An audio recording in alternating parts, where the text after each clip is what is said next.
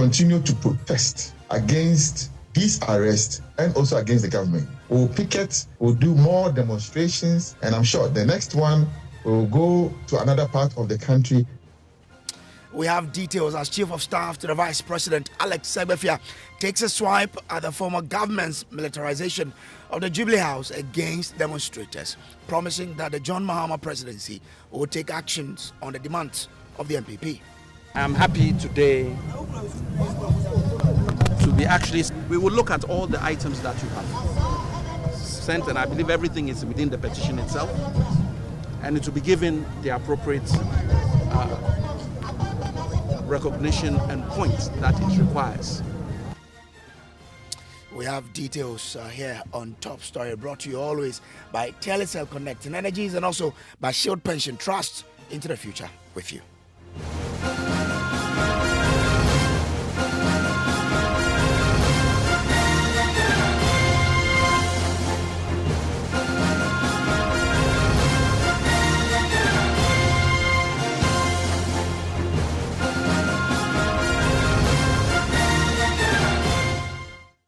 Well, let's settle for details. And the New Patriotic Party has vowed to escalate what they call the Yenshiro and Wenehuna demonstration to other parts of the country if their demands are not met.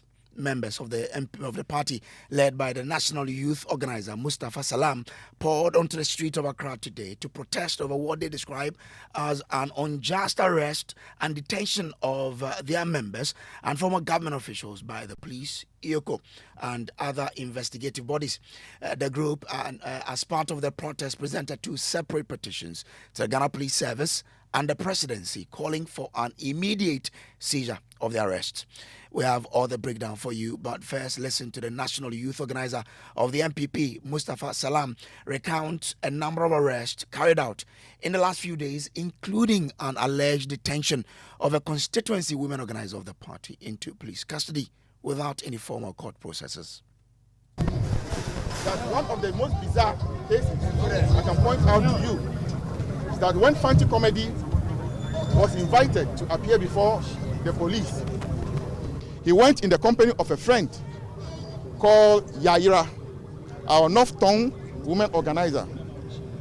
Upon arrival, she, the person who went to accompany a friend whom the police had invited, was now told she was also under arrest and she was taken into custody as well.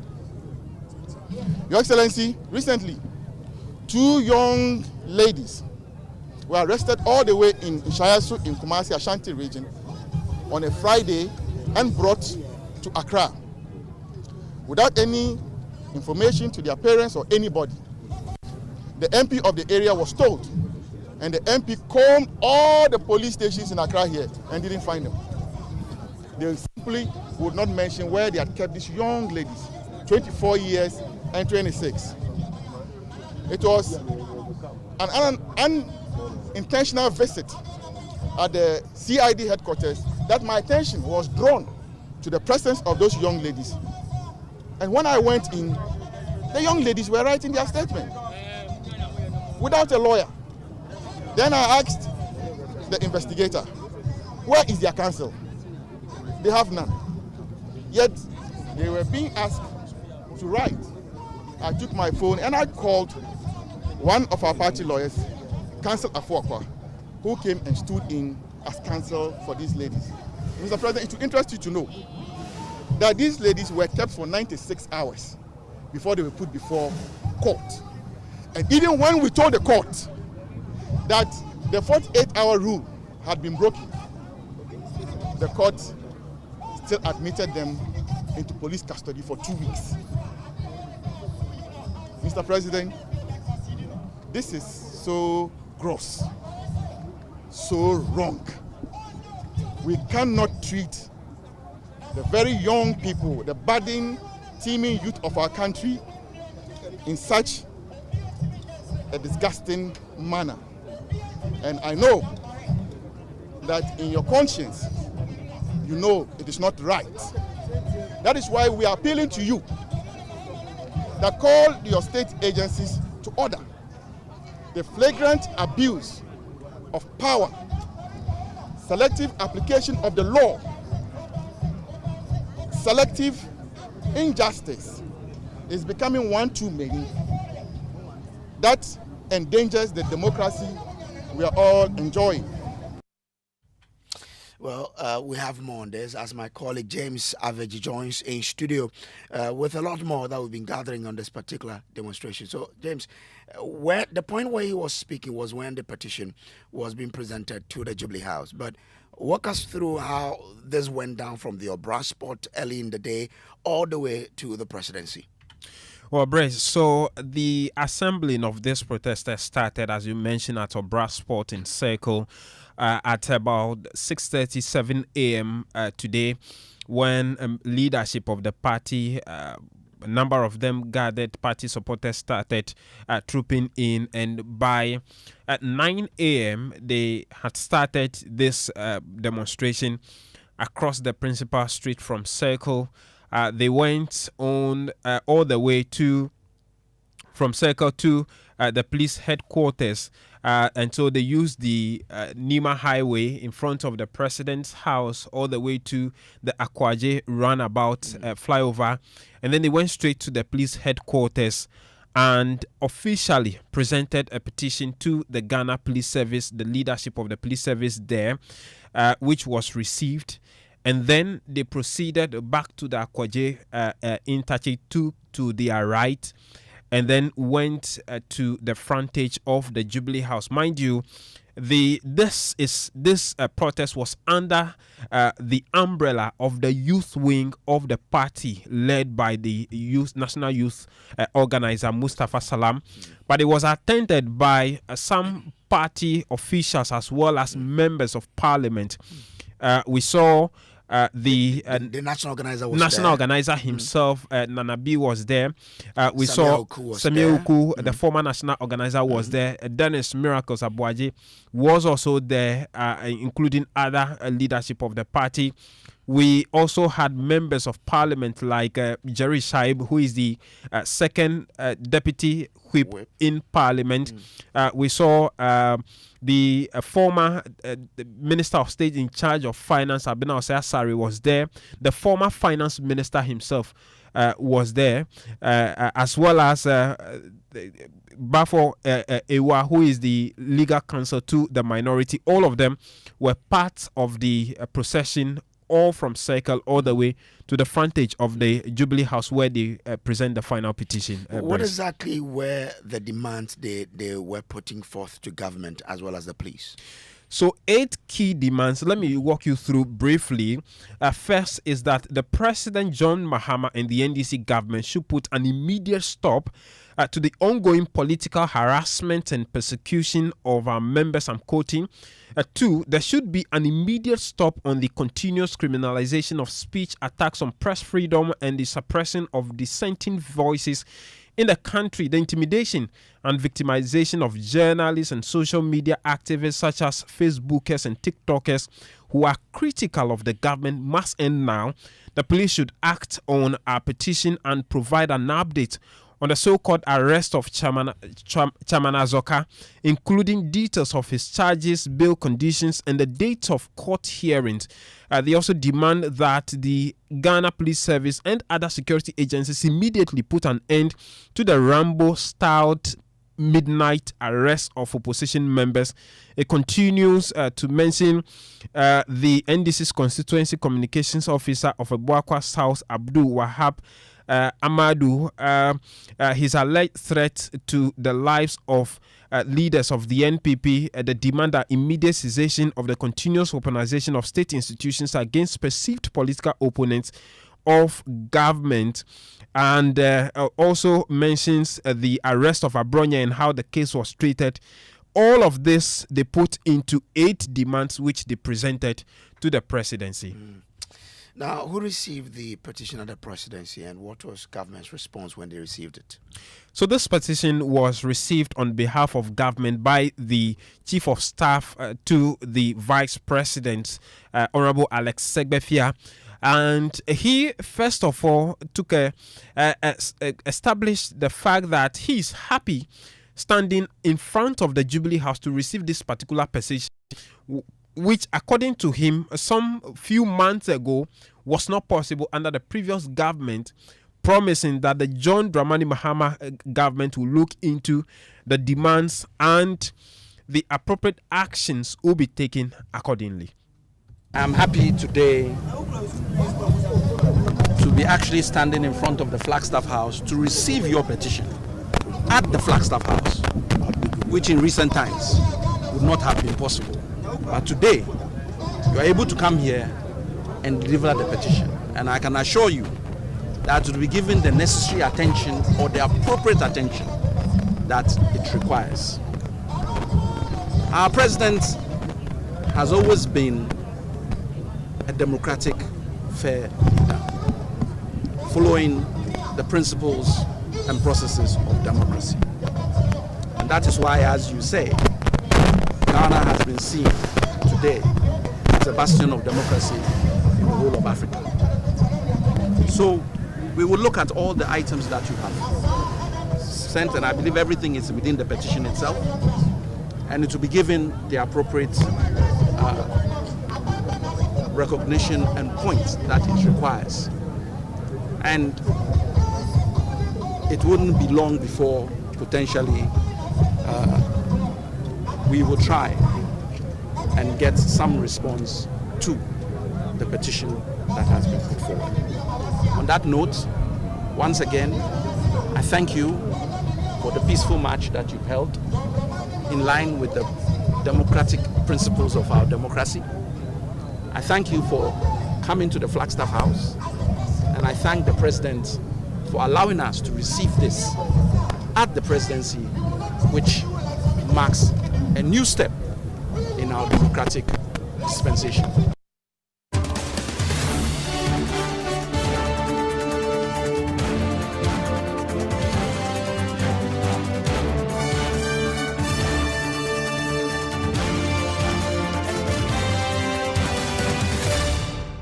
Well, this is still Top Story, brought to you by Telecel Connecting Energies and also by Shield Pension Trust into the Future with you.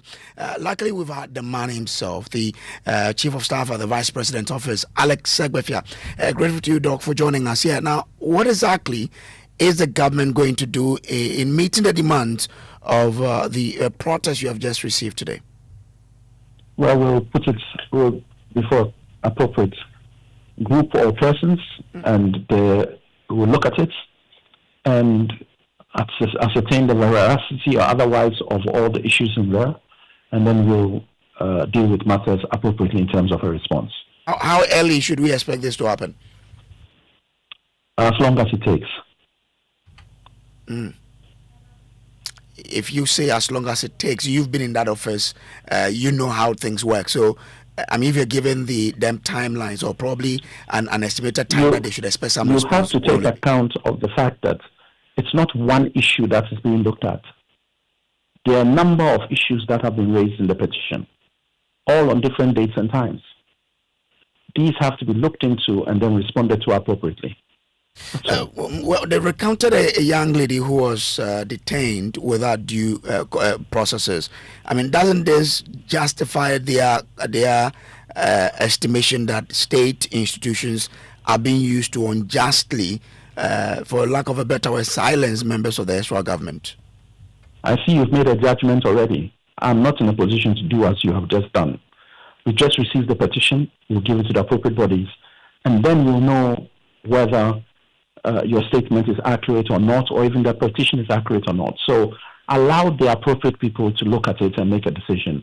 I'm not the one to make that decision, and I do not believe you are. But you are entitled to have an opinion based on what they have. I cannot make that opinion. I want to hear everything. My training as a lawyer will not allow me to do that at this stage. I was only trying to ask a question, but I mean, you've heard the sentiment. So, what's your own reading of what they said, what they've been saying, and the environment that we're in, depending on what they say is happening to their members? Well, I don't want to even begin to comment because they put forward a point. So, yes, to every story there are two sides. And you've given a raft of examples.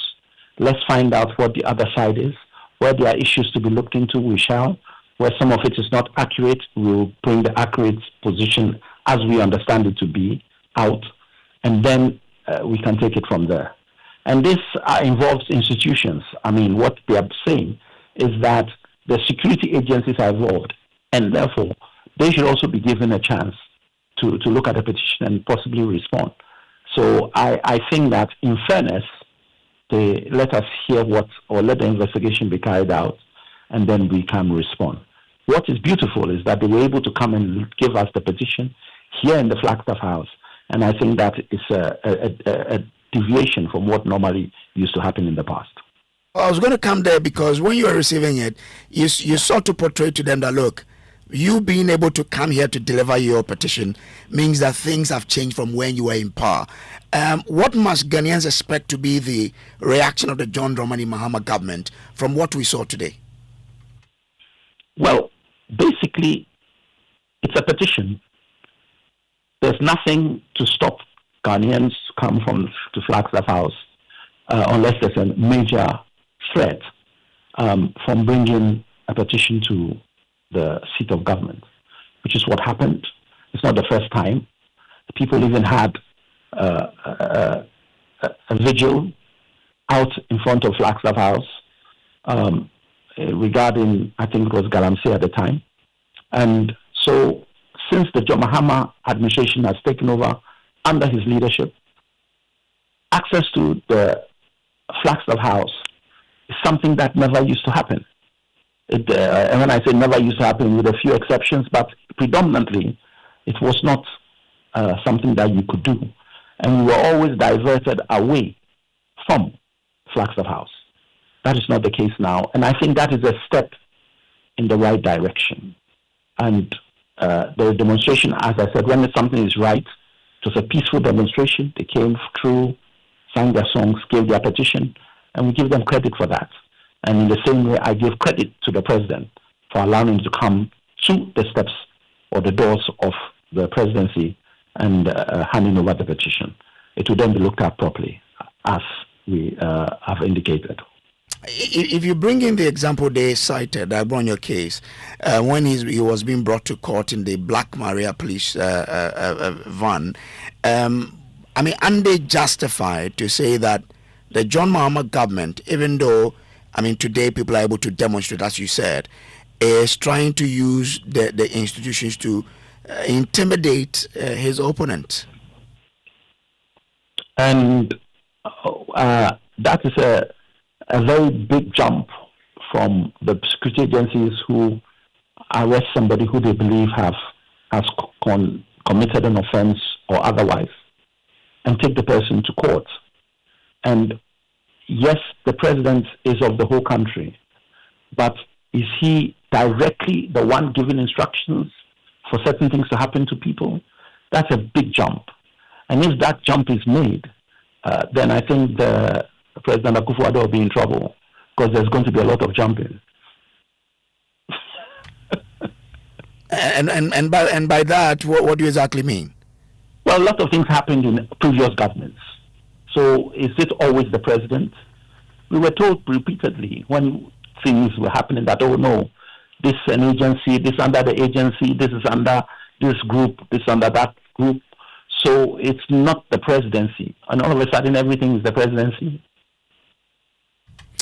Okay, kindly bear with me for some 3 minutes. Let me bring in the national organizer of the MPP, Henry Nanabuachi. Henry, so you had the chief of staff of the vice president say you've been able to present your petition to the presidency. It means that something has changed at the presidency, because it used not to be the case under your tenure. But again, they give you the assurance that they are going to look into it. State institutions are going to be allowed to go through the petition and have their response. Thank you very much. Let me say good evening to my respected senior Dr. Alex Ebifia. I'm not a doctor. I'm not a doctor, Mr. Sorry, Alex Ebifia. Okay. Thank you. Maybe erroneously I was about to elevate you. Sorry. Thank you. The impression should not be created as though protesters during President Akufo-Addo's era were not allowed to come close to the Jubilee House. It is not true. In fact, there were several demonstrations, even from the NDC youth wing, where Mr. Bosman then met them and then received their petition several times. So the impression should not be created in any form or shape that protesters were not allowed to come close to the Jubilee House. It is not accurate. Let me also make this point that yes, we had a very successful protest, and I would want to commend the National Youth Wing of the New Patriotic Party. They led this protest. We submitted 2 petitions, one at the headquarters of the Ghana Police Service to the IGP, and then the final one was to the presidency, to President John Dramani Mahama. Our belief and our contention is that there seems to be, or we have a lot of evidence grounded to substantiate the claim that there is that deliberate attempt to put together state institutions, weaponize them, go after political opponents. 1. And 2, clearly there's also that unfair application of the law, imbalanced application of the law. And then there's this selective justice. I can give you countless examples. I mean, we've mentioned the Abonye issue where the charges leveled against him were just misdemeanor. However, he was put in police custody for about a week. You have Azoka, who threatened the life of the minority leader. We were being told that he was arrested. We never saw a picture of him. Meanwhile, Abonye, who committed the misdemeanor, was handcuffed and his images splashed all over social media. There's this young man, Alaji Amadou also, in Ebuakwa North. He's a NDC communication officer who said that the NDC were after 3 people during the Akwatia by-election. Kill. Honorable Afenyomaken, Nanabi, that's my good self, and Anodompe, Honorable Anodompe. And as we speak, he's not been arrested. We've been in this country where this rough guy aggressively entered Rich Hospital, started filming people, aggressively putting fear and panic in people who were seeking health care. A committee was set up by the minister in charge of health. This guy arrogantly and with impunity decided not to appear before that committee, and a lot of people called for his arrest. That you cannot enter a health facility and misconduct yourself in this manner. We've been in this country where this young lady, Dr. Ansansa, fake doctor, somebody who was nearly appointed, if I'm not even nearly, she was even appointed, said on the National Health Insurance Authority Board. Then just when the government discovered that she is indeed a fake doctor, they had to rescind their decision to appoint her onto that board. But Henry, your call that, or your feeling that they are using state institutions to harass your members. If they are taking them through the legal processes, why worry? Why shouldn't you deem that is why that I also mentioned selective justice. How come just some small issue you go after? I mean, look at this Adenta Kumi guy who just published that he had evidence of some judges who were on the committee to remove the Chief Justice and some lawyers, and just that dawn, he was arrested in Rumble style. Mohammed Zakob just posted on his Facebook page that rest well, Madam Vice President. And that was when the Vice President had already indicated that she was taking some time off based on health issues. But that's spreading falsehood. You even alluded to that. Because He didn't say rest in peace. He said rest well, Madam Vice President. And he was arrested for 3 days. He was arraigned before court the 4th day. And people threaten the lives of people. Government says they are walking free. Government says it has heard what you're saying. It is going to look into your petitions. We are hoping so. I mean, my respected senior Alex Ebefia, he is a very honorable person. If he says so, yes, we are going to hold him by his words.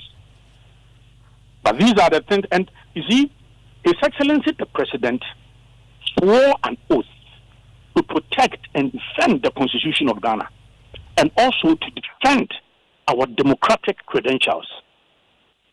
And under him, we should not be seeing this. And this attempt to bring back criminal libel law is most unfortunate. Well, the criminalization of free speech cannot be allowed put into our body politics. No, but don't you agree that rights must go with responsibilities, and therefore people must be responsible in their utterances? Look, if Abronye says that IGP is corrupt, and because you are IGP, you have to weaponize the police to go after Abronye. You can take Abronye to court. You can sue him. Isn't that what they did? No. Okay. Anyway, but you arresting the person, and then in the person behind bars. That is different. That is, you intend to criminalize free speech. Is there a timeline? If you think that, hold on, Kojo. If you think that he is wrong, there's a remedy for you. The remedy is that you go to the law court and you sue the person for defamation. He's defamed you. Is there a timeline beyond which, if government doesn't act, you will hit the street again? Oh, this is very fresh. Today we presented the petition. It was good. I'm aware that His Excellency the President is out of town. And again, as I said, the person who received the petition is an honorable person. And I really respect him a lot. So we are holding him to his word that they are going to look into it.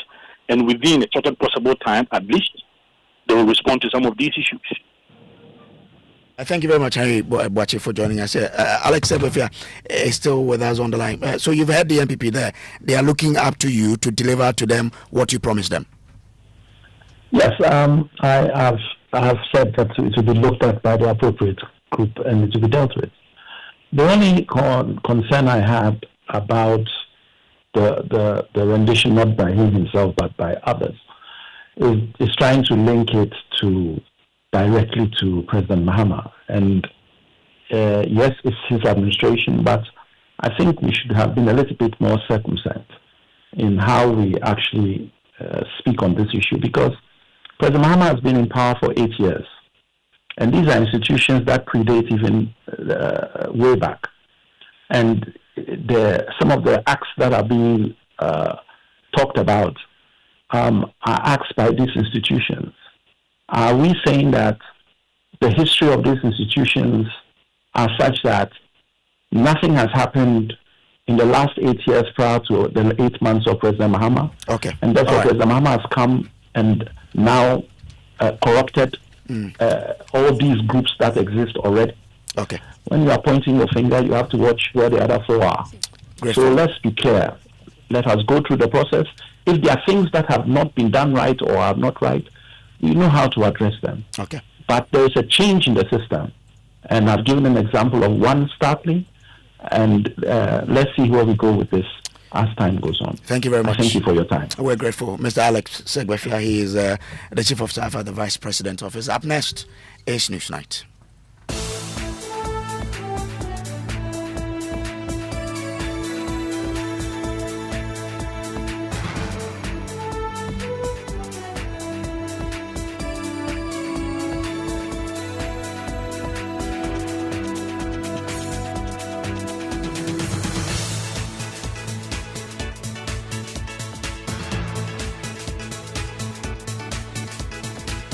In the next 60 minutes here on Newsnight, President John Mahama makes significant move by nominating acting Chief Justice Paul Bafoboni as the country's next Chief Justice following the removal of former Chief Justice Gertrude Torkornoo earlier this month due to stated misbehavior. We bring you details of this developing story plus some reactions. Also tonight, who makes the cut in the MPP flag bearer race as 5 aspirants are grilled to determine if they are fit and proper to lead the MPP back to power. But will an aspirant's ability to cough up 4.6 million cedis determine their fate?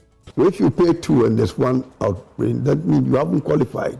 If you are a presidential candidate, you have to be able to demonstrate resourcefulness, to be able to mobilize what is required to fulfill the party's requirement.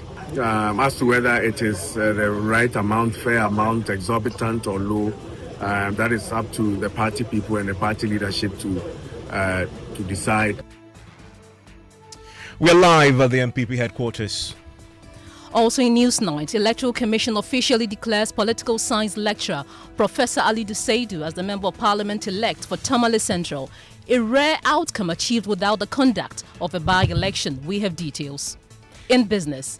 Well, more oil marketing companies are expected to increase fuel prices at pumps after Girl took the lead this morning. You want to stay with us because we have sports for you too, plus your comments all here on Newsnight. 05511119997. We'll get reactions to the nomination of the acting Chief Justice pretty shortly, and we are live at the MPP headquarters too, where it's been a day full of grilling for those 5 aspirants all here on Newsnight. My name is Mensah. My name is Ofori. Details after this. Day. Where too much money day. Telecel too much money promo drop. If for dial *500#, then join them for the Telecel too much money promo inside. You feel win 100 Ghana cedis cash for the daily draws, 20,000 Ghana cedis for the weekly draws, then 1.2 million Ghana cedis for the grand draw inside. That be 1.2 million Ghana cedis. You for just reload airtime, then get points with it make you win. Make you dial *500# or go the Telecel Play app top. Then book inside riders give the Telecel too much money promo. Terms and conditions apply. Telecel, connecting energies. This promo will be NLA where they regulate them for the Caritas Lottery platform top. Couldn't sleep at night. Mosquitoes will be whining my ears, bugging me all night long. Till I got a remedy. Now I'll be spraying them away with holy insecticide spray. I go spray them away with holy insecticide spray. When I sleep, me dana with holy insecticide spray. Holy mosquito coil, holy multi-purpose insecticide spray. Dana kron kron. For bulk purchase, call 0302 681582. This advert is FDA approved. No. You look so relaxed and cheerful these days. What's your secret? No secret, Kofi. I just sorted out my retirement with Shield Pension Trust. You should talk to them. Retirement? A small time before pension. Sure. The earlier you start, the better. And Shield Pension Trust makes this so easy for you. They've got amazing plans to choose from. I even signed up for the Shield Cedi Crow a day personal pension scheme, which lets you save as little as 1 Ghana cedi a day towards your retirement. Isn't that great? 1 cedi a day. Exactly. And the best part is, I sign up automatically on the Dachia Pomoden plan, which guarantees me medical insurance when I go on retirement. Hey, you've convinced me. I need to sign up now. Kofi is making a move to secure his future and health insurance when he goes on retirement. What about you? Go to Shield Pension Trust or call us now on 050-915-0253 and we'll guide you through securing your pension tomorrow. Shield Pension Trust, into the future with you.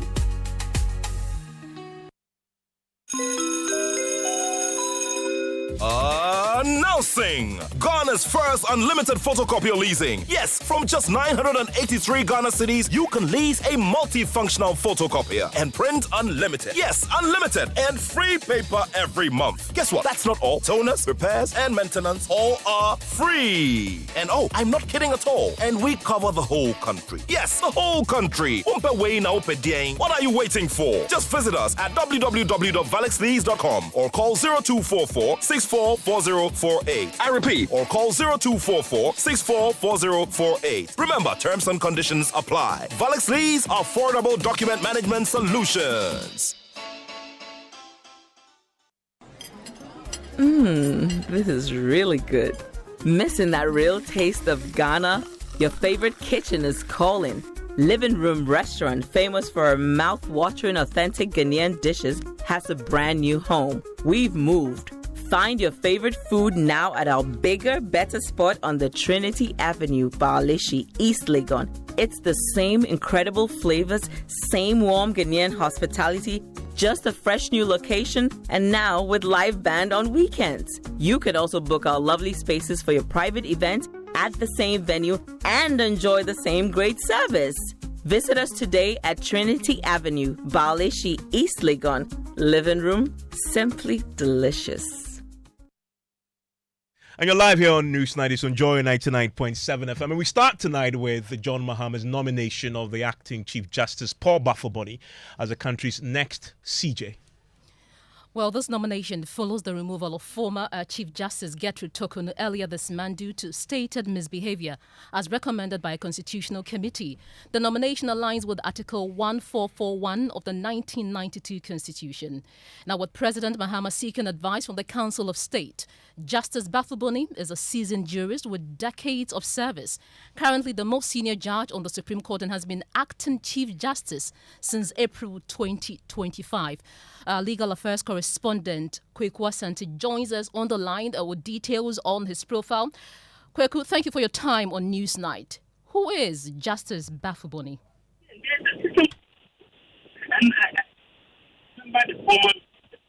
Since 2008, appointed to the court by President Akufo-Addo at the time. But a little bit in terms of his academic background, he schooled in Gwoso. That is where he started his education. Then he went to Konongo Odumase Secondary School. And then he continued at the University of Ghana, Legon, before he went on to the Ghana School of Law, where he was eventually called to the bar in 1981. He has been a practicing lawyer since then, before he went on to become a judge at the Circuit Court in Dwyer in Kwanta in 1993. Of course, prior to this, he had served as a principal inspector of taxes at the then Internal Revenue Service, IRS. He has also been a prisons officer, being the deputy superintendent and also the director of legal within the prison service. So he served quite some time before he moved to the bench, where he started at the Circuit Court in Dwyer in Kwanta in 1993. He served there for 2 years and then went to Kumasi. And then he was appointed by President Rawlings to the High Court in Sunyani in 2000. He served on the High Court up until 2008 when he was elevated by President John Ejekum Kufuor to the Court of Appeal between 2006 and 2008, I should actually say. And then 2008, he was elevated again to the Supreme Court, where he has been serving till now. And so currently, he is the longest serving justice of the Supreme Court. And that is why when the former Chief Justice Gertrude Tokunu was suspended, he assumed the reins of office as the acting Chief Justice by virtue of his seniority. And of course, the names that were bandied around as in terms of the persons that were being considered by the president, his name featured quite prominently because he was the longest serving Supreme Court judge. So that is it about Bafoboni in terms of his educational background and his career on the bench. Asante, our legal affairs correspondent, thank you very much for that profile. Martin Kpebu is a lawyer, joins us on the line right now. Martin, good move to nominate him now to be substantive CJ? Absolutely, Evans, absolutely. Considering circumstances, yes, Justice Bafoboni is the best because, among others, as Kweku rightly pointed out, he's the most senior on the Supreme Court bench. Yeah, so meaning although the president is not bound by that, rule though in nominating a CJ. Yes, but we also know how when the president takes somebody who is far junior to the judges on the Supreme Court, it creates a lot of friction and so many untold, problems. So it's good that Justice Bafuboni is the most senior. So that one, it ticks a lot of boxes. And then also, Justice Bafuboni was taken to the Court of Appeal and Supreme Court by President Kufuor. So in terms of ideology, presumably he subscribes to the ideologies and philosophies of the MPP, because we know that, look, it's no secret. Usually presidents don't choose people who don't have share their philosophy and ideologies. No. So for President Mahama to look beyond these two factors, that's the fact that from going to Court of Appeal and going to Supreme Court, Justice Bafuboni was appointed by an MPP president. That's a huge step forward in our democracy. But he hasn't got much time, has he? I mean, considering his age, he's approaching retirement very soon. He will not see out at least the next 4 years. Yes, but you're right. So that one, there's not much that you and I can do about it. But it's good that he ascends to that office being the senior most. It's good. And so it will serve a good precedent that, next time a president is appointing a Supreme Court judge, and then you find that the most senior candidate is even a candidate who was appointed by a political opponent, you would not use that as an excuse not to appoint him to that office. But considering where the judiciary is as we speak tonight, on the back of an unprecedented removal of an incumbent CJ, you need some radical out-of-the-box thinking to get all of us back to a point where we can trust and believe in the judiciary again. As you have observed in the past, the judiciary over the period has been criticized. And if you look at the Afrobarometer report, the faith in the judiciary is at an all-time low. Don't we need somebody with a radical state of mind who can lead a reform of the judiciary? Is he the man to do so? Yes, Bafuboni is the man to do so. When you say radical, sometimes you will find quiet radicals. It's not ever radical who is a rabble-rouser, shouting at the top of his voice, etc. Some are quiet, but very firm. So in terms of restoring trust in the judiciary, I think Justice Bafuboni can do it without so much fanfare. You remember Chief Justice Ofori Kufu, even down the International Bar Association, they came and signed a memorandum with our judiciary on how to combat corruption, etc. So these are things that Justice Bafuboni can do without appearing to be a King Kong all over the place. So I believe that he would. And also, a lot of things have changed, especially the citizenry. The citizenry have become more savvy, aware of their rights, and their expectations have increased. So this is a huge incentivizing factor that will push Justice Bafuboni to do the needful, to be able to restore trust in the judiciary. Thank you very much, Martin Kwebu. John Darko is the legal counsel to the Minority Caucus in Parliament, joins us on the line right now. John, you applaud this nomination? Well, good evening, service. It's not for me to decide whether it's good or not. Hopefully, the people can better judges of the I know that money Apologies there, John Darko. We need to get you on a better line so we can hear you. The reason why this is important is it's a nomination. So Parliament will have to vet him, and the entire House would need to consider whether to indeed give the President the thumbs up and give him the thumbs up or not. And the minority will have a big say in that. It's interesting to hear his thoughts on where they stand on the subject of the acting CJ, who has now been given an opportunity to become the substantive. John Darko will join us pretty shortly. He's a legal counsel to the Minority Caucus in Parliament. But I want to hear from you yourselves. 055-11-11997. John, you were making the point that it's not up to you, but the minority will have a huge say in whether he's confirmed or not. And that's what I'm saying. Right now, the minority in Parliament is kind of handicapped in so many ways by reason of numbers. But of course, we will have to put him through the rigorous exercise of deciding whether or not he's fit for the position. I have known Justice Ofori as a consummate judge. I've known him for a very long time. His duties as a judge, I have no difficulty with that. For me, my difficulty is the process leading to his nomination as a Chief Justice. If you look at what happened to Tokonu and the fact that when Tokonu was trying to get the attention of the Supreme Court, he was the acting CJ and had to empanel judges to hear some of these issues. He's become so much involved in the matter that you can see conflicts of interest here and there. But look, this is our constitution. Chief Justice has been removed, whether right or wrong, she's been removed. A new person has to fill the position anyway. He, as a person, I don't have any problem with him because he's been a very good judge for a long time. But whether or not this process that led to his nomination will allow him to become the independent Chief Justice that we need. Because at this point, we need the judiciary to be strong. For me, what I see is that our judiciary has capitulated to the whims and caprices of the executive. The judiciary is no longer the strong judiciary that we need or we wanted.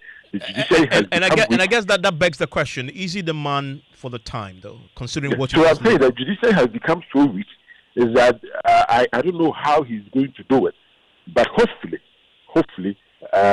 once he takes the reins as a Chief Justice, he'll be able to bring some sanity into the system, and the independence of the judiciary will be secure. Because as it stands now, I'm afraid, as a lawyer, the trust in the judiciary is at all-time low. As a lawyer, I don't believe our courts are as independent as they are supposed to be. Can he fix that? Can he restore that faith? Can he restore that trust, knowing him? I hope so. Okay. I hope so. Okay. John Darko, thank you very much. He's a legal counsel to the Minority Caucus in Parliament, and I want to hear your thoughts on the 055-11-11997. Now, the main opposition New Patriotic Party has today applied the fit and proper test to 5 of its stalwarts vying for the flag bearer slot ahead of the 2028 general elections. The 5 have been battered with a decision yet to be announced as campaigning already hits fever pitch with exactly 130 days to go before the make-or-break presidential primary. Now, ahead of the vetting, the party's chairman of its Council of Elders, Hakman Wajiman, was clear that an aspirant's ability to pay a controversial 4.6 million cedi development fee will ultimately determine their fate. I mean, the National Council, i.e. the party, because after the conference comes the National Council. The National Council is saying, if you want to be a candidate, there are 3 fees to pay. So if you pay 2 and there's 1 out, that means you haven't qualified. And all that we are saying that whatever the amount is, find it and come and pay at the closing date. When they ring the bell, that's it. Well, let me take you live to the MPP headquarters now, and let's speak to my colleague Kenneth JC. Kenneth, the subject of the controversial 4.6 million cedi development fee hang over today's vetting. Brian Champon, the former Agric Minister, defended it. It appears that he's satisfied that the committee bought into his idea that he can really raise the resources required when the party needs it. Well, indeed, Evans. So Brian Champon described the process as an important test of readiness, and he added that the party's 4 million development fee for aspirants should not be seen as a barrier, but as a sign of resourcefulness, he said that if you want to lead the party and eventually lead the country, you should be in the capacity to be able to raise at least 4 million Ghana cedis. As far as I am concerned, it was a requirement that came with the forms that we have to pay a development fee. If you are a presidential candidate, you have to be able to demonstrate resourcefulness, to be able to mobilize what is required to fulfill the party's requirement. It has been done. As to whether it is the right amount, fair amount, exorbitant or low, that is up to the party people and the party leadership to decide. I am not for, against. I'm very neutral about it. I think that my team have fulfilled that requirement, and we are ready to embark on our campaign. So that there is Brian, and still on that subject, Kenneth, Kwabena Japan, who was also vetted today, is on record to having challenged it. Is he confident he's sailing through? Well, what we are hearing, if you have not been able to meet the requirements, you are likely to get to this stage. So it appears that, yes, he was the first to raise the subject, but it appears that now he's also following suit with other candidates who have eventually paid, as Brian Champon made us aware. I mean, every experience is unique, it's different, but at the end of the day, it went well. Of course, they wanted to know my views and my visions for this country. And as I've said, you know what I stand for. I believe that we need a new dawn in this country. We need to restore the values of service, sacrifice, and selflessness back into our society and our general body politic. We have to think broadly in a collegial way as Ghanaians, and we as political leaders have to lead by example. And I think it's time for us as a country to change course, work well for the general good, and understand that politics is about service. It's not about self, but it's about the community. So that's what I've expressed. And with those noble roots, I mean, the roots of dedication, volunteerism, hard work, one for all for one, sacrificing, and meaning well for the society. And what about Kennedy Japan? He has been sounding victorious already. Well, indeed, the former Asin Central MP expressed optimism about his chances, saying he was convinced the delegates and the public will recognize his preparedness to lead the country. I believe I answered all the questions, and they know I'm ready to be president of this country. Yeah. So they really wanted to know why I want to be president and my vision for the country, as well as the party. So I enumerated a couple of points and how I'm going to address some problems. So basically that was the interview. They know I've been through and through party man for so long. So I didn't face any serious questions, or they didn't antagonize me because they know my potential already. But they asked tangible and reasonable, I would say reasonable questions. They were not hostile to me. You know, I have seen some proof. Let me explain further. The Asian model, what they did that time when they decided to compete with Europe and America was that they identified potential talents and potential businessmen and funded their projects like Daewoo, Hyundai, Samsung in Korea, for instance. They made sure, made conscious efforts to support them by giving them loans. And the loans, what they did was that if Mr. Honorable Kwaku Kwarteng decides to build this building, they will ask for the cost of the raw materials and where he's going to get the raw materials from. The government then sends the money to the company manufacturing the raw materials. And they will give you a couple of months. If you tell them the imports or your raw materials or whatever equipment you're going to use. And that day is Kennedy Japan, obviously on a charm offensive when he appeared before the vetting committee today. And Kenneth, the former Vice President, Dr. Bawumia himself, was also vetted today. Was he satisfied with his performance before the committee?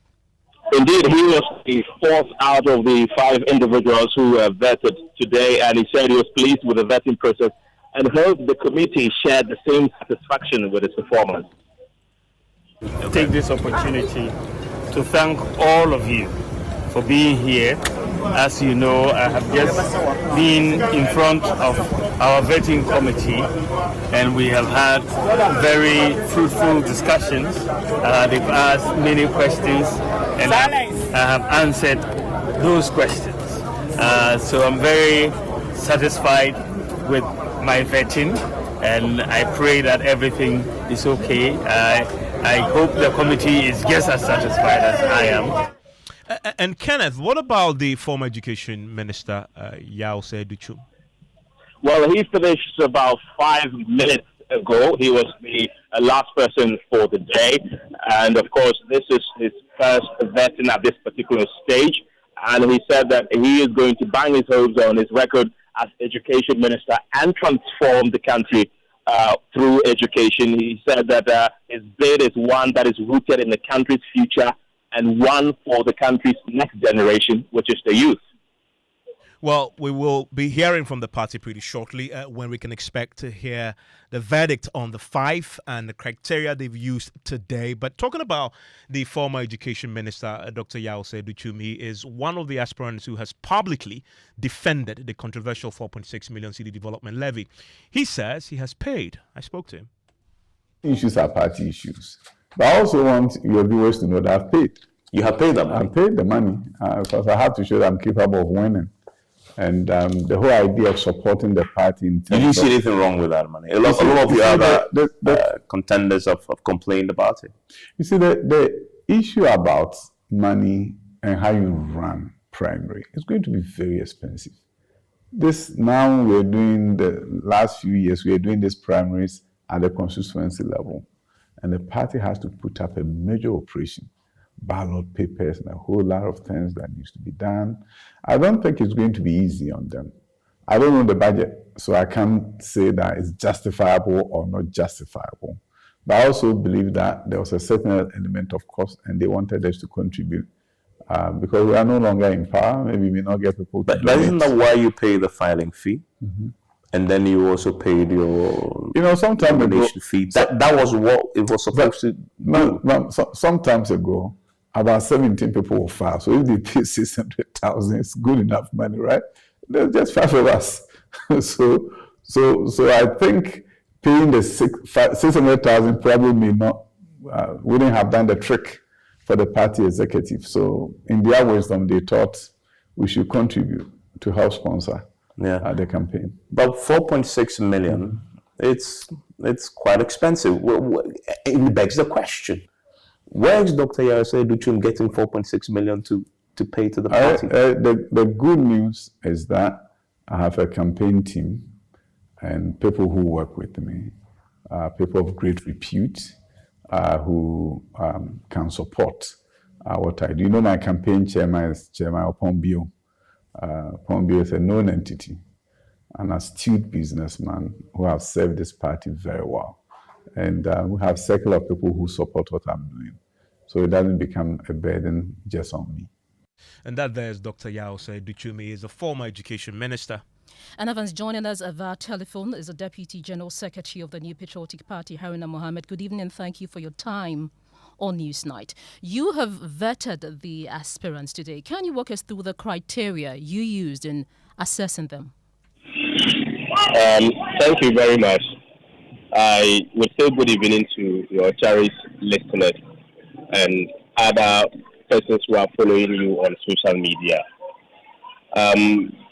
The vetting of the presidential aspirants was stipulated to start from the 15th to the 22nd, and the vetting committee of our party is a standing committee of the National Council, whilst the elections committee is an ad hoc committee of our party in terms of the National Council decisions.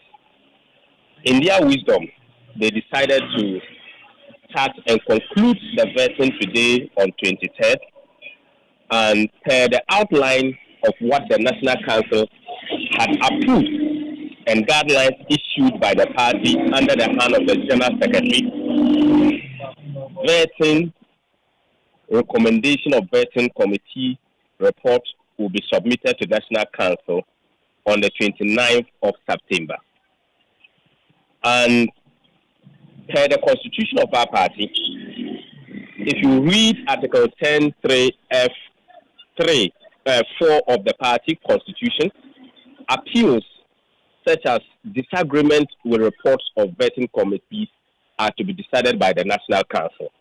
So because of that, the General Secretary did not form an appeals committee, and all appeals will be submitted to the National Council.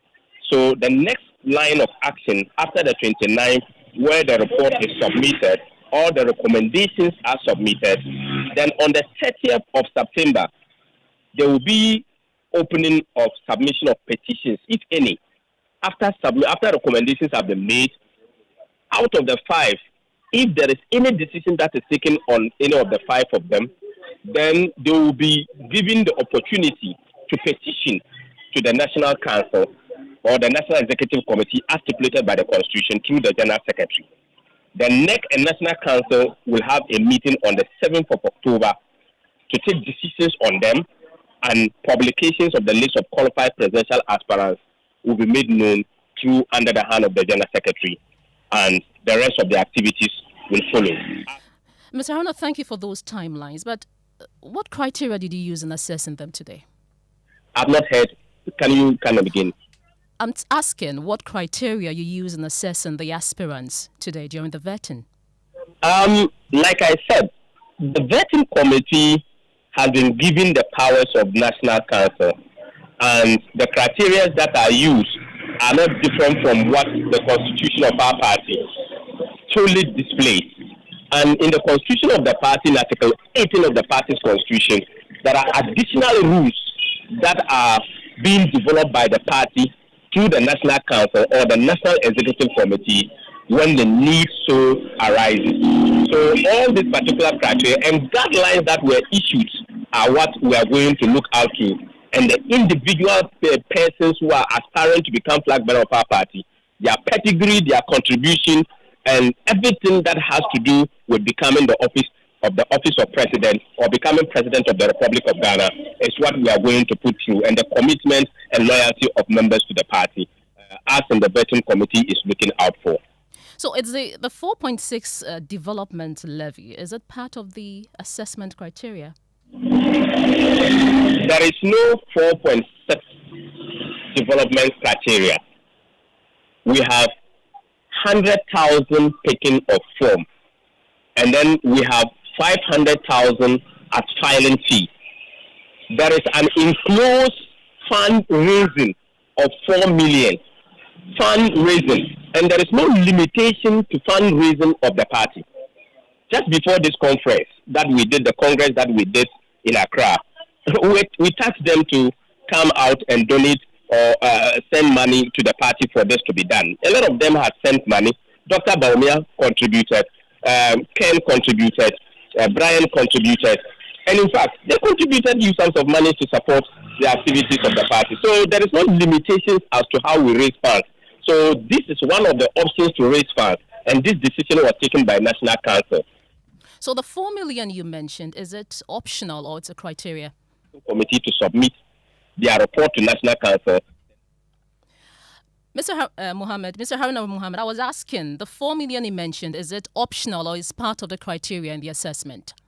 The 4 million is a decision of National Council, and I cannot vary the decision of National Council or speak otherwise of a decision of National Council. It is only National Council that can waive or say otherwise of a position that the National Council have taken. So the 4 million is a 4 million of National Council, which is a fundraising criteria to all the aspirants who are picking nominations. Haruna Muhammad, Deputy General Secretary of the NPP, thank you for your time on Newsnight.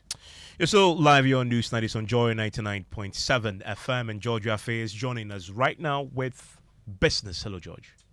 Hi, Evans, and coming up on Business on Newsnight, Chamber of Petroleum Consumers urges consumers to move quickly and purchase more products at the old prices, because looking at the fact that more petroleum or more oil marketing firms are expected to review their prices at the pumps from tomorrow, and 4 out of 6 Monetary Policy Committee members of Bank of Ghana voted for their key lending rate to be cut by 350 basis points to 21.5%, as a majority of them were still worried about the impact of the upcoming city tariffs on inflation going forward. The Business News on Newsnight is brought to you by MTN Business. Welcome to the new world of business. Kingdom Books and Stationery, your number one stop shop for all your office essentials, Center Tanks and Pepsodent, Herbal and Charcoal. Momo. It has made life happen in lots of good ways. Mr. Kwanzaa, Mensah insurance claim no. It has put together beautiful weddings. It has filled the bellies of boys at their favorite watchy joint. My guy, stop. Who they chop cancel these days? It has made millions of businesses possible. Mensah can no. We are back in business. With just a few taps, money moves faster, easier, and safer.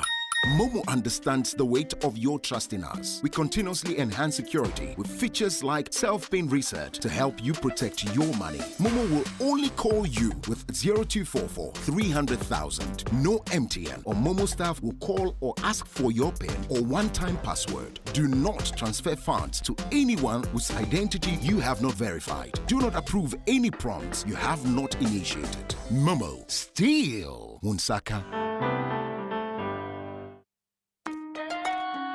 Son, we are so proud of you for setting up this hospital. I really love those hospital beds and waiting chairs. By the way, did you import them? No, Dad, I didn't. I actually got them from Kingdom Books and Stationery right here in Ghana. Wow. We also bought our office supplies, safes, executive desks and chairs from Kingdom, and they gave us expert advice on how to set up our office. Guys, that makes 3 of us. I also got our sofa and bedroom sets, plus our dining hall furniture for our new home from Kingdom. Wow, Mom, that makes 4 of us. I usually get my stationery items from Kingdom, and my teacher also mentioned that our classroom furniture was provided by Kingdom. So there you have it. Whenever you're thinking about setting up an office or acquiring furniture for your home, etc., Kingdom Books and Stationery should be your first port of call. With over 40 years experience in the industry, we stock and supply a wide variety of globally sourced office and home furniture, stationery and equipment. Visit our head office, Takweje, Osu near the Osu Cemetery, Temania Community 4, Takoradi opposite Vijay Mays Plaza, Cape Coast University Bookshop, Spintex Road near Absa Bank, Atomic Centerpoint Mall, Winneba University Campus, KNUST, the University Bookshop, and Santasi in Kumasi. You can also visit our shop online, www.kingdomstoreonline.com. Hurry while stock lasts. For further inquiries, contact us on 050-162-0810 or 0302-764-101. Email info@kingdomgh.com. Kingdom Books and Stationery Limited, where quality and affordability is assured. Terms and conditions apply. Are you clapping? Are you giving God the glory? Hallelujah! Every day you wake up shouting, my business is not moving. Customers are not coming. But look, my brother, my sister, who are you deceiving? Have you smiled today? Do you have the confidence to smile? Your face alone is chasing people away. Yeah! We all know that the problem is not a spiritual problem. The problem is a dental problem. She was saying, use Pepsodent charcoal toothpaste to remove yellow. Somebody shout amen. Craft your smile with Pepsodent charcoal. It removes stains and whitens teeth. This advert is FDA approved.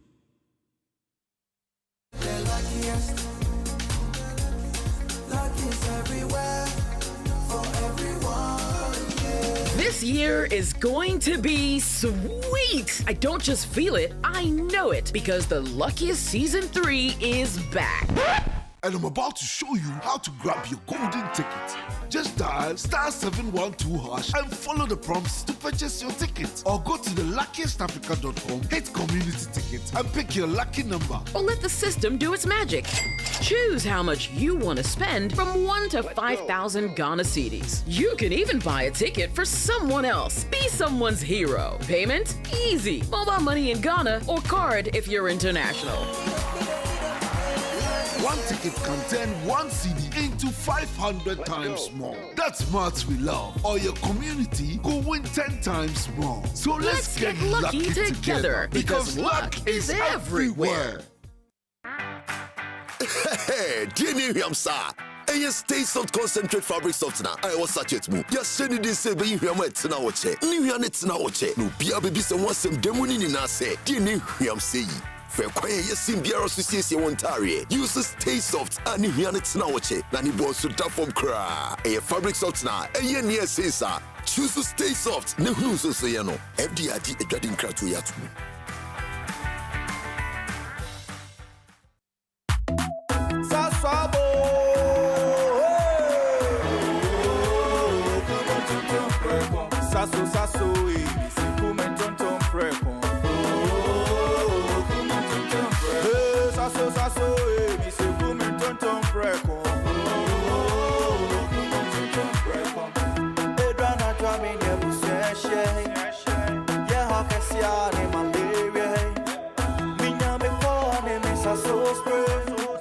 Every mosquito started run away. Oh, come on, tonton preko. Sasso, me se come tonton preko. Oh, come on, tonton preko. Sasso, come tonton preko. Nani sham ne die, demonstronko. This advert is FDA approved.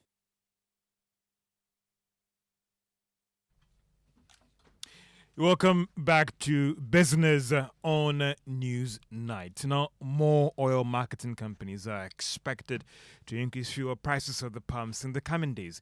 We have more in this report.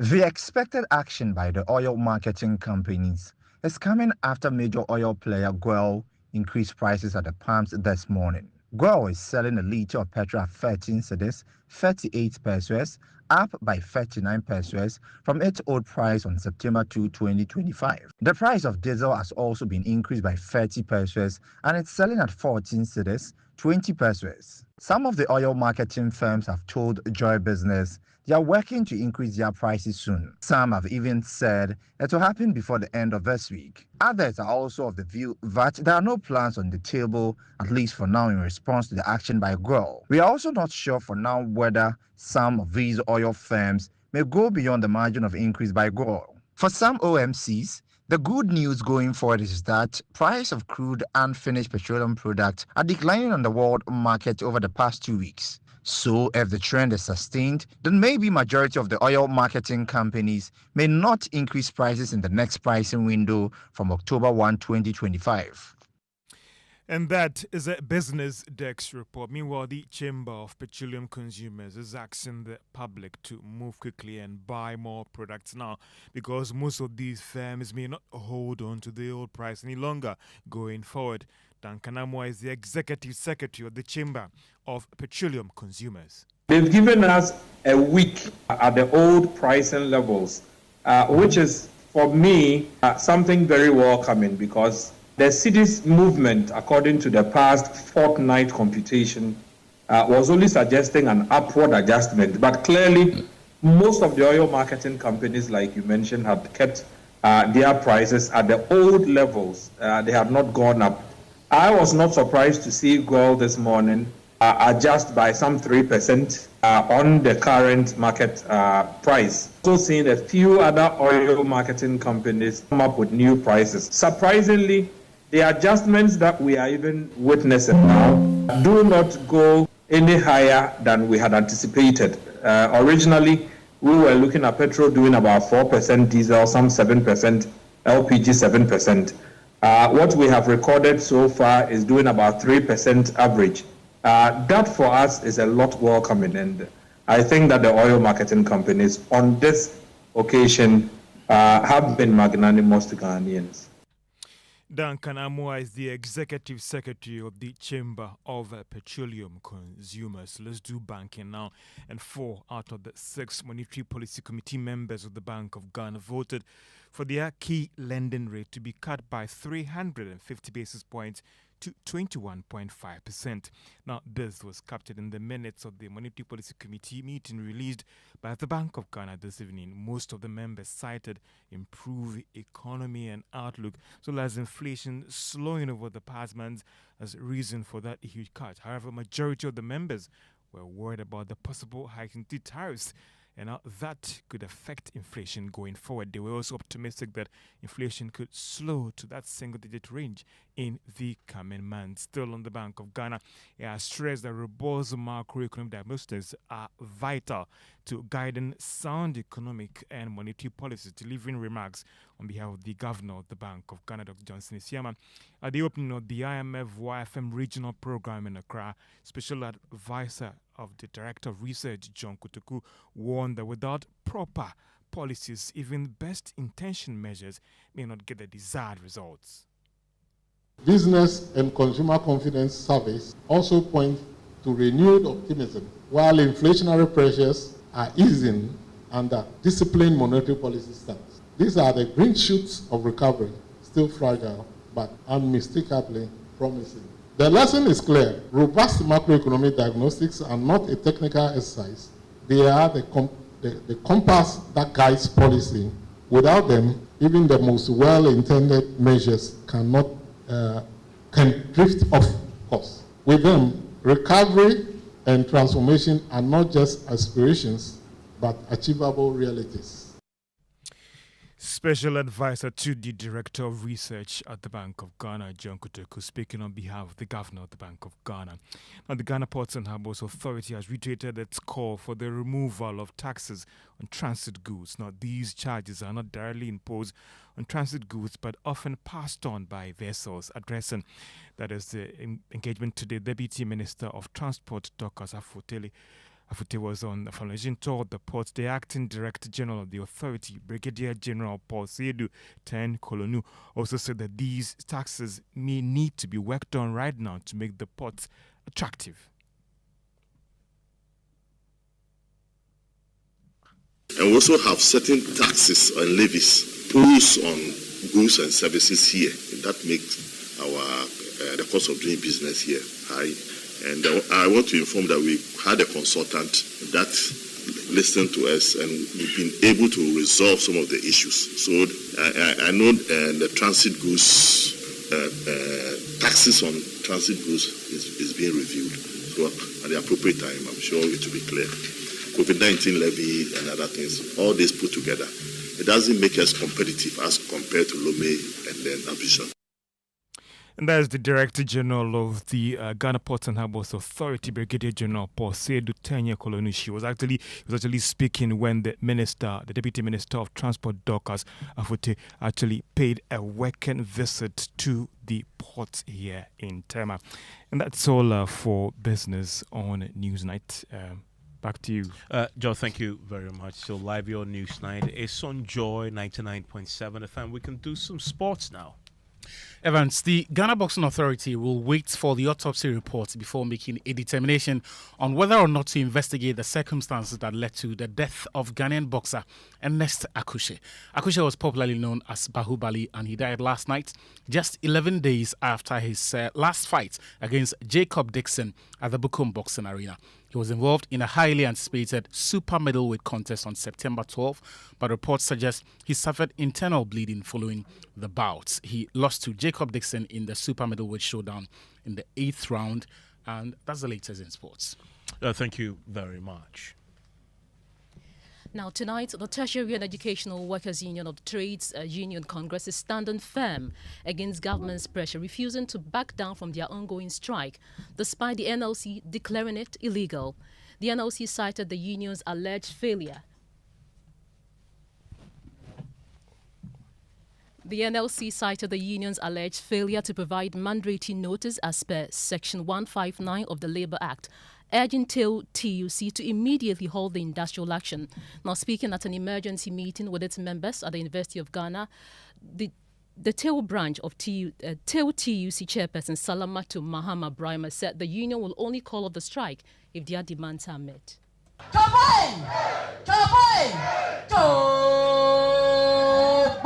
We know that we have followed the rules, and maybe in Ghana, this is the first legal strike that has happened in the country. So the union's position is that TEU has complied with every procedural requirement under the Labour Act 2003 Act 651. The strike, therefore, is legal, it is justified and binding. TEU will only suspend this strike when Fair Wages and Salaries Commission receives the appropriate mandate from the Ministry of Finance and other government employers for us to continue and conclude our negotiations. Until then, brothers and sisters in the union, you are to sit at home, stay at home.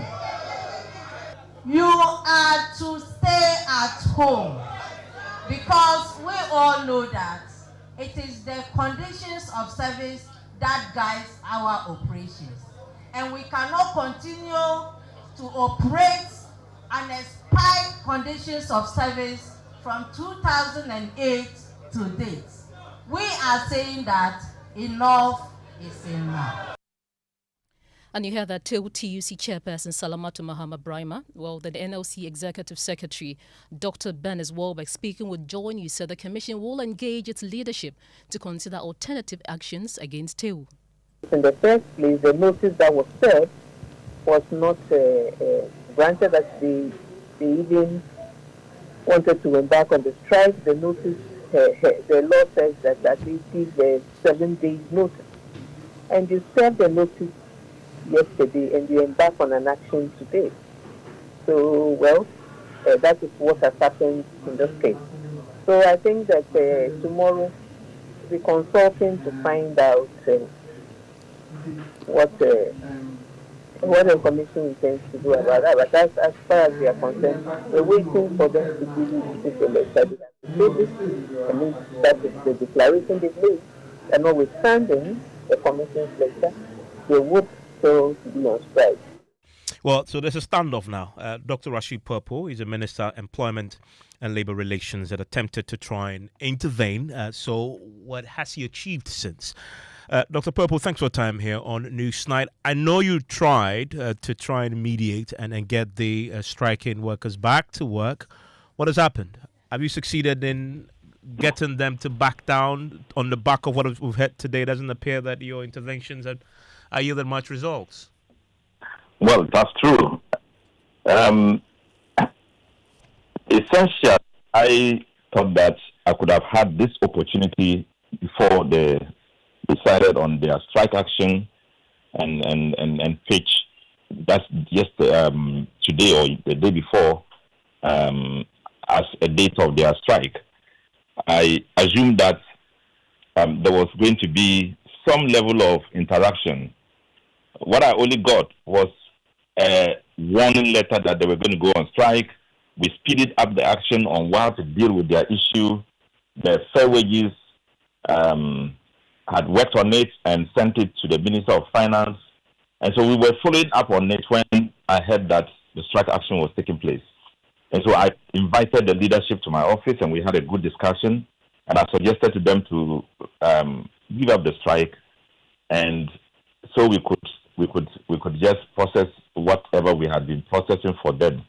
Because I explained to them, we are running an economy. Decisions are not taken within the space of days. Decisions are taken in cognizance of the financial trends and the financial year and budget agreements. So if you didn't take agreement, if you didn't make room for increases in salaries or payment of allowances and all these things, then you will have problems trying to adjust. But I did assure them that we have gotten to realize the need for them to have what they want, and it is our commitment to work on it. We have just taken a government that did not inherit a sound economy, and one of the key things we are doing is to create situations where we can have an economy standing on its feet. So to put it simply, if the government, we don't have that economy, it will be unfair for them to put pressure on us to the point that they are refusing to serve the public of Ghana, who are paying us all. So I am just calling on them to review their strike action, call it off. Let's continue to talk. We don't take decisions by minutes. And one of the things they told me was that they had started this thing long before in the NPP regime. Dr. Purple, to put it simply, they ignored you, and we are not ignoring you, and have even worked towards it within a number of months.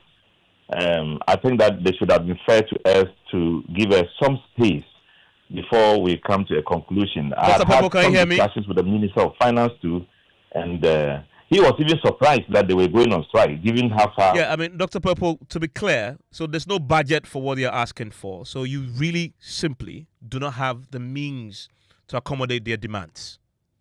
Yeah, essentially what it is that I have counted about 12 organizations of them threatening to go on strike. And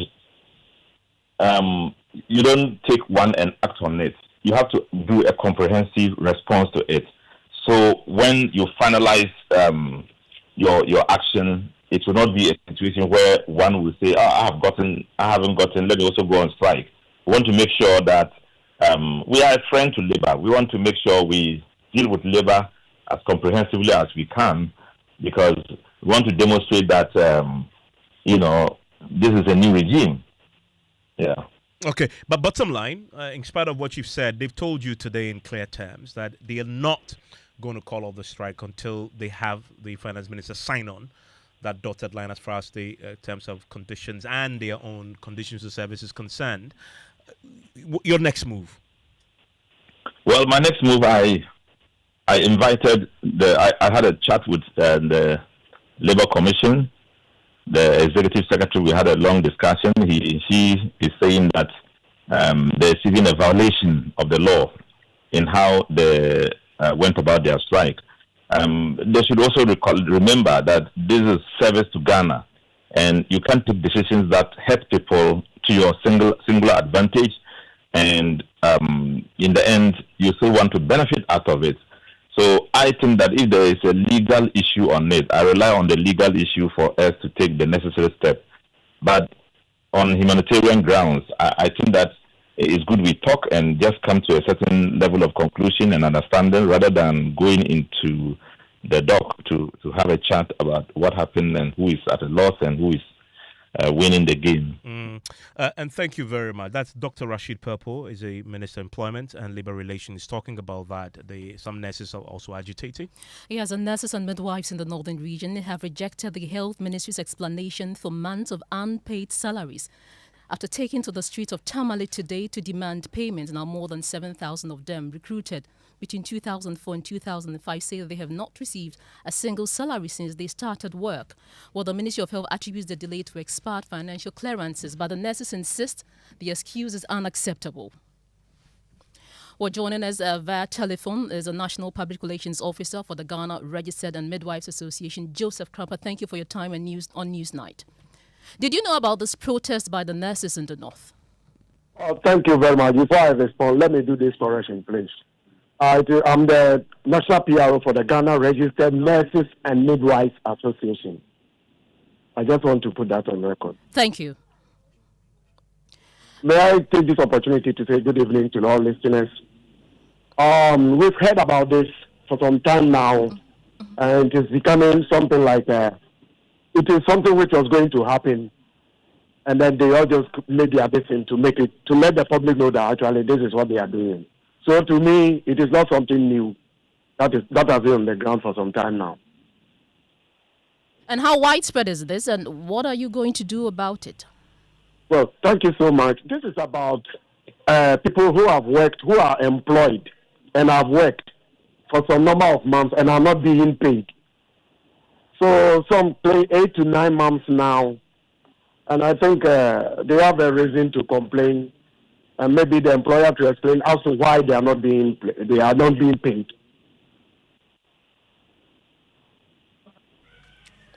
Thank you very much for your time, Mr. Krumper Evans. That's Mr. Krumper. He's the National Public Relations Officer of the Ghana Registered Nurses and Midwives Association.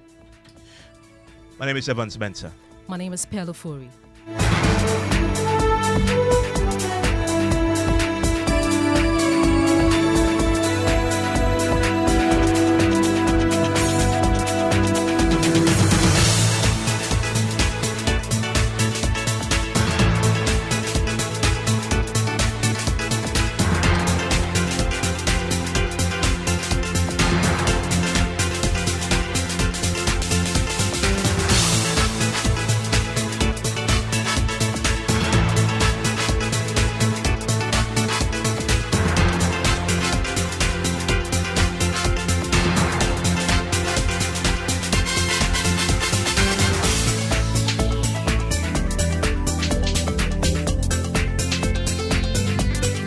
The luckiest.